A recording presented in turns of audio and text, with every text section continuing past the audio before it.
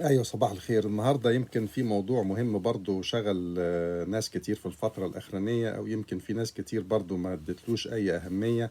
ويمكن ده نابع من إن المشكلة الواحد ما بيفكرش فيها إلا لما بتبقى قريبة منه. احنا النهارده هنتكلم على موضوع تحلية مياه البحر.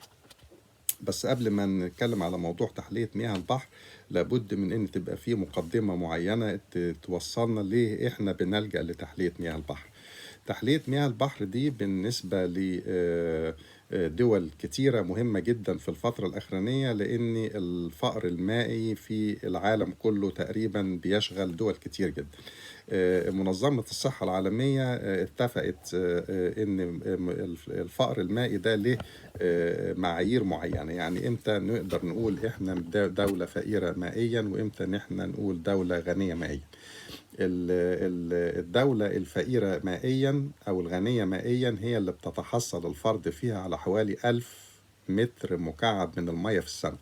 دي بتسمى أو بتصنف تحت فئة الدولة الغنية مائيا.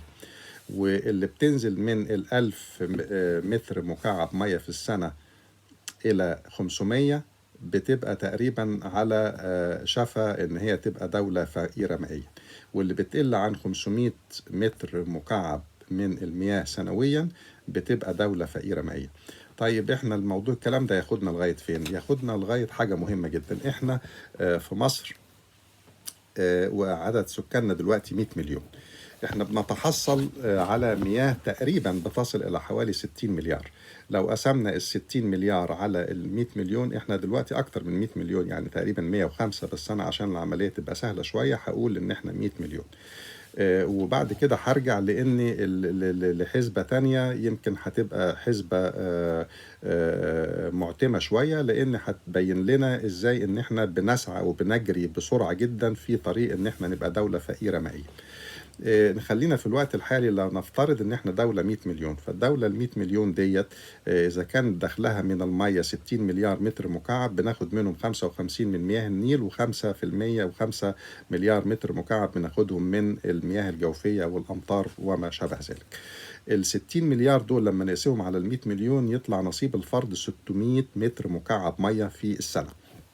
ال 600 متر مكعب ميه في السنه دول متوزعين على كل حاجه، متوزعين على الزراعه والصناعه وعلى كل شيء. طيب مش على الاستهلاك المنزلي بس، لان الاستهلاك المنزلي بيعادل تقريبا 10% من الكميه دي. يعني لو احنا عندنا 60 مليار متر مكعب واحنا 100 مليون، تقريبا بنستهلك 6 مليار متر مكعب في الاستهلاك المنزلي. والاستهلاك المنزلي بيتراوح بين 150 ل 170 متر مكعب للفرد في السنه الواحده.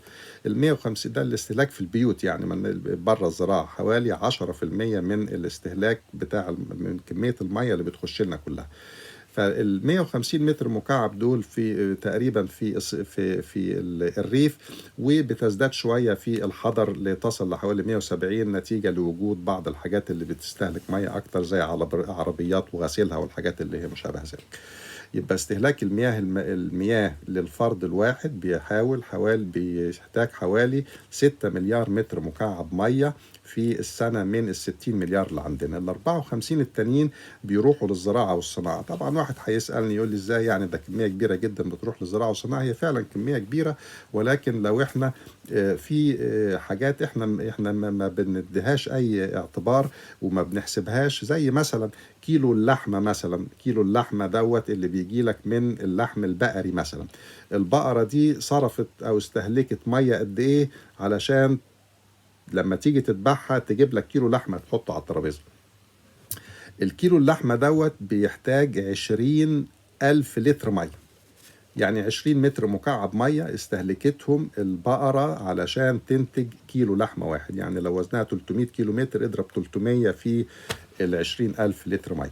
وده مثلا اللحمة. تيجي مثلا للخبز. الخبز علشان نوصل رغيف العيش، لاننا مش رغيف العيش بقى، العجينة اللي هتعمل لي مثلا كيلو من العجينة دوت بيحتاج ان هو بيصرف حوالي 1700 لتر مية من زراعة بقى، والمية اللي بتصرف في زراعة القمح وكميته لغاية ما يوصل لانه يروح يبقى عجينة والعجينة تتحول لعيش.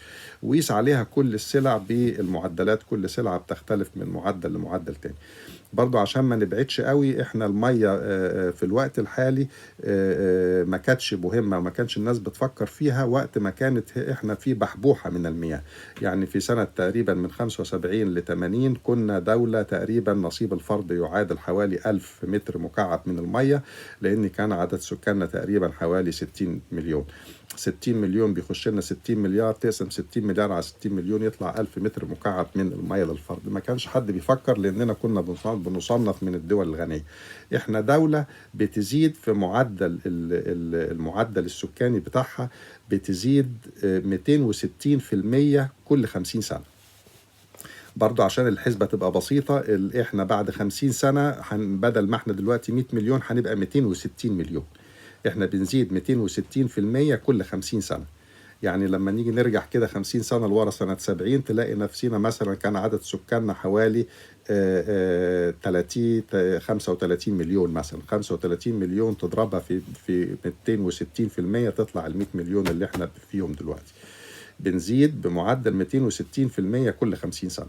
طيب الحسبة بقى هنا هتختلف تماما. لما نبقى بعد 50 سنة احنا هنبقى عددنا 260 مليون والموارد المائية بتاعتنا ثابتة، لأن بيجي لنا 60 مليار متر مكعب. لما نقسم ال 60 مليار متر مكعب على ال 260 مليون هتطلع كلام يعني يمكن يزعل قوي، لأن الأرقام هتقول لي إن إحنا ال 60 مليار هنقسمهم على ال 260 مليون هيطلع نصيب الفرد يعني في حدود مثلا 200 230 250 متر مكعب ميه. فهنبقى دولة فقيرة جدا. مش هنعرف بقى نستخدم الماء للأكل والشرب بس، ولا نستخدمها للزراعة ولا للصناعة. يعني حتى لو استخدمناها للزراعة مش هنعرف نكفي عدد السكان اللي موجودين داخل القطر بتاعنا عشان نأكلهم بس. طيب بدأت الدنيا كلها، وطبعا في حاجات تانية كتير يمكن مش عايز اتكلم فيها لان هي يمكن ما تهمناش قوي دلوقتي، بس هي مهمة جدا.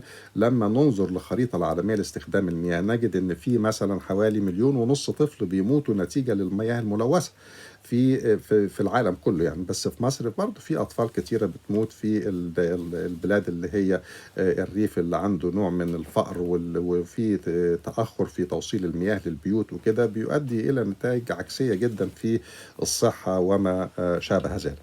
ننقل من الكلام دوت، لان احنا بدأنا نفكر في الفترة الاخرانية، ويمكن دي برضو من المشاكل اللي هي كانت موجودة ايام حكم مبارك. لان في الفترة بتاعت حكم مبارك كان لابد ان احنا نبدأ ننتج مياه محلاة من المياه البحار. ويمكن ايام حسني مبارك مثلا اكتر حاجة كانت منتجة كانت تقريبا ما تزيدش عن 50 ألف متر مكعب مية في السنة في السنة كلها.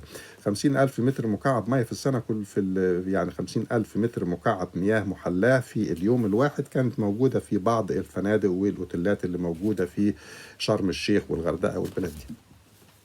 برضه عشان أقرب الموضوع أكتر هدي فكرة مبسطة جدا.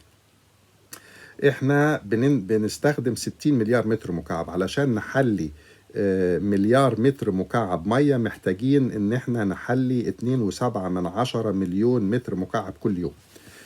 2.7 مليون متر مكعب مية في اليوم تضربها في 365 يوم تديني تقريبا مليار متر مكعب في السنة. طيب احنا وصلنا ان احنا نقدر بنحلي الكمية دي؟ لا، احنا ما وصلناش. احنا يمكن حاطين خطة ان احنا بعد 10 سنين ولا 15 سنة ممكن نصل للمعدل ده.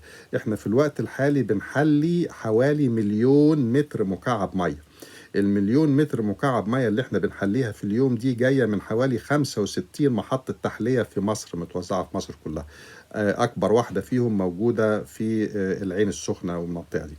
انما في موجود محطات بتنتج 150 ألف متر مكعب مية في اليوم في ناحية العلمين والمناطق دي. وطبعا احنا المدن اللي بنعملها ناحية العلمين او في الساحل الشمالي من الصعب جدا ان احنا نوصل لها مياه النيل لغاية هناك علشان الزراعة والشرب، لانها بتتكلف كتير.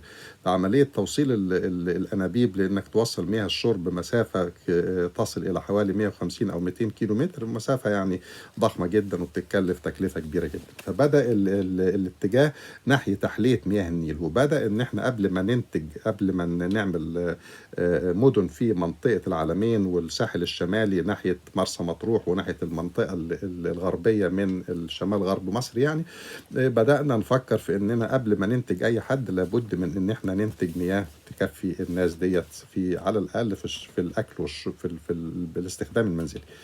ننقل بقى لأن الموضوع ده بيتكلف قد إيه. إحنا عندنا برضو عشان نوضح العملية شوية هندي أرقام إلى حد ما سهلة إن الواحد يعرف. لو إحنا عندنا محطة بتنتج 150 ألف متر مكعب من المية في اليوم الواحد، المحطة دي تكفي ل 150 ألف نسمة بما فيها الزراعة والصناعة كله، بس احنا في الغالب بنستخدمها للأكل والشرب بس، يعني 10 أضعاف النسبة دي، يعني ممكن تكفي 1.5 مليون مواطن في الاستخدام المنزلي. وتجيله بقى الفاكهة والخضار تجيله من ناحية منطقة الدلتا.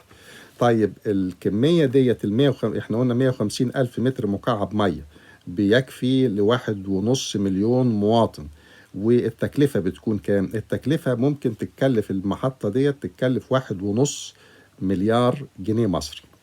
1.5 مليار جنيه مصري لو احنا عملنا 10 محطات، يبقى ال10 محطات هينتجوا لي 1.5 مليون متر مكعب بدل 150 ألف في اليوم. نضربها في 10 تبقى 1.5 مليون متر مكعب مية في اليوم، محتاجة للتكلفة ان هي تبقى بدل 1.5 مليار هتبقى 15 مليار جنيه. 15 مليار دي انا قلت ليه نبسطها بالطريقة عشان نقدر نقول ان هي تتكلف يعني مليار دولار، لان معظم الاجهزة المستخدمة في انتاج المحطات المحلاة اجهزة مستوردة. يعني احنا بنتجه لاننا ننتجها زي الفلاتر وزي المواسير التوصيل والحاجات دي كلها بتستورد من بره. فالمضخات والفلاتر والحاجات دي محتاجة ان احنا ننتجها داخليا عشان نقدر نقول الحسبة بالجنيه المصري. انما طول ما هي الحسبة جزء كبير منها بيجي بالاستيراد فاحنا بنقول الحسبة بالدولار. فاحنا عشان ننتج 1,000,000 متر مكعب مية محتاجين مليار دولار. عشان ننتج 2.7 مليار بقى اللي اتكلمنا 2.7 مليون اللي اتكلمنا عنها في البداية عشان تكفينا مليار في السنة، يبقى احنا محتاجين 2.7 مليار دولار. 2.7 مليار دولار ممكن تكفي لإنتاج مليار متر مكعب مية محلاة من منطقة الساحل الشمالي عند البحر الأحمر، البحر المتوسط قصدي، وبعدين من ناحية الشرق عند البحر الأحمر تكفي لكل المدن اللي موجودة في المناطق دي. الموضوع يمكن مهم جدا، ويمكن دوت له يعني مدلولات للمستقبل. وإن شاء الله لو احنا مشينا بالوتيرة ديت ان احنا ننتج على الأقل كل سنة ما يكفي لزيادة في العدد السكاني، يعني يمكن احنا نبقى من الدول اللي هي متوسطة في استهلاك المية وما نصنفش من الدول الفقيرة. معلش طولت عليكم بس كان موضوع مهم. مع السلامة.